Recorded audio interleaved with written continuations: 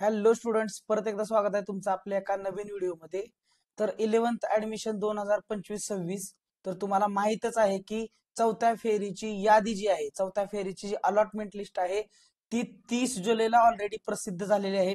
तर विद्यार्थ्यांनी ऍडमिशन करू शकत होते 31 जुलै 2025 रोजी सकाळी 10 ते 2 ऑगस्ट सायंकाळी 6:30 वाजेपर्यंत ऍडमिशन करू शकत होते. तर आता बघा, आज आहे 2 ऑगस्ट 2025, सकाळचे 9 वाजलेले आहेत. म्हणजे आज विद्यार्थ्यांसाठी शेवटचा दिवस आहे, ज्याच्यामध्ये विद्यार्थी राऊंड 4 मध्ये ज्या विद्यार्थ्यांना ऍडमिशन मिळालेलं आहे, ज्या विद्यार्थ्यांना कॉलेज अलॉट झालेलं आहे, ते विद्यार्थी आपलं ऍडमिशन करू शकतात. पण ज्या विद्यार्थ्यांना ऍडमिशन मिळालेलं नाही, ज्या विद्यार्थ्यांना ऍडमिशन मिळालं नाही, त्यांनी काय करायचं हे मी तुम्हाला या व्हिडिओमध्ये पुढे जाऊन सांगणार आहे. तर ज्या विद्यार्थ्यांना ऍडमिशन मिळालेलं आहे, म्हणजेच कॉलेज अलॉट झालेलं आहे, तर त्यांनी काय करायचंय, लॉग इन करायचं आहे. लॉग इन केल्यानंतर तुम्हाला पुढची प्रोसेस आहे ते मी तुम्हाला सांगितलेलं आहे, तरी पण अजून एकदा सांगतो. तर लॉग इन करून तुम्हाला तुमचे अलॉटमेंट लेटर आहे ते डाउनलोड करायचे आहे. अलॉटमेंट लेटर डाउनलोड झाल्यानंतर तुम्हाला प्रोसीड फॉर ऍडमिशन करायचं आहे. प्रोसीड फॉर ऍडमिशन केल्यानंतर ते तुम्हाला कन्फर्म म्हणून बटन येईल, ते तुम्हाला कन्फर्म बटन क्लिक करायचं आहे.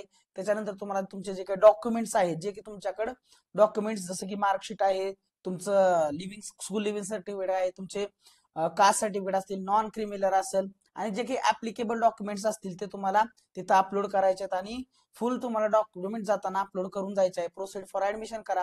प्रोसीड फॉर ऍडमिशन बटन वरती क्लिक केल्यानंतर तुम्हाला काय करायचं आहे, कॉलेजवरती जायचं आहे. कॉलेजवरती जाऊन तुम्हाला अलॉटमेंट लेटर जे डाउनलोड केलेलं आहे ते, प्लस तुमचा जो फॉर्म आहे, प्लस तुम्ही जे डॉक्युमेंट्स आहेत ओरिजिनल, त्याचा एक सेट घेऊन तुम्हाला कॉलेजला जायचं आहे. कॉलेजला गेल्यानंतर तुमचे डॉक्युमेंट व्हेरिफिकेशन करून घ्यायचं आहे. फी सबमिट करायची आहे, आणि फी भरल्यानंतर तुम्हाला काय करायचं आहे, तुम्हाला फी भरल्यानंतर तुमचं ऍडमिशन कन्फर्म करून घ्यायचं आहे.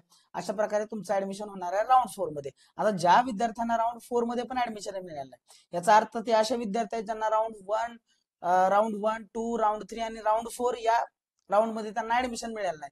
तर अशा विद्यार्थ्यांनी काय करायचंय, आपली एक स्पेशल राऊंड 1 येणार आहे, त्याच्या बाबतीत ऑलरेडी आपण एक व्हिडिओ बनवलेला आहे.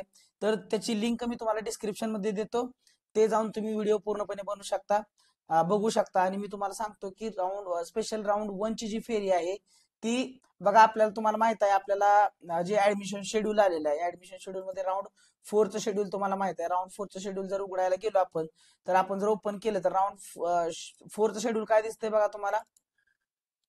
4 ऑगस्टला आपल्याला वॅकन्सी प्रदर्शित होणार आहेत. राऊंड 4 मधून ज्या जागा शिल्लक राहतील, म्हणजे 1, 2, 3, 4 मध्ये ज्या जागा शिल्लक आहेत, त्या जागाचं प्रदर्शित कधी केल्या जातील, आपल्याला वेबसाईट वरती 4 ऑगस्टला केले जातील. आज 2 तारीख आहे, तर 4 ऑगस्टला प्रदर्शित केल्यानंतरच आपला स्पेशल राऊंड 1 लागणार आहे. 4 ऑगस्ट नंतरच स्पेशल राऊंड फेरी 1 लागेल, आणि त्याच्यानंतर त्याच्यामध्ये सेम प्रोसिजर करायला लागणार आहे. त्याच्या सर्व डिटेल्स मी तुम्हाला व्हिडिओमध्ये दिलेले आहेत. त्याच्या व्हिडिओची डिस्क्रिप्शन मध्ये मी तुम्हाला लिंक देतो, तर डिस्क्रिप्शन मधून जावा आणि तिथून तो व्हिडिओ तुम्ही बघू शकताय. इथं आय बटन आहे बघा उजवीकडे, तिथंही तुम्हाला त्याची लिंक मिळून जाईल, तिथून तुम्ही तो व्हिडिओ बघू शकताय. ठीक आहे. तर अशा प्रकारे विद्यार्थ्यांनी, आज लास्ट दिवस आहे, तर तुमचं ऍडमिशन करून घ्या. बेस्ट ऑफ लक तुमच्या ऍडमिशनसाठी. ज्यांना ऍडमिशन नाही मिळालेलं, अलॉटमेंट झालेलं नाही, त्यांनी पण काळजी करायची गरज नाही. स्पेशल राऊंड म्हणजे ते त्यांचं ऍडमिशन होणार आहे. ठीक आहे. Thank you one and all.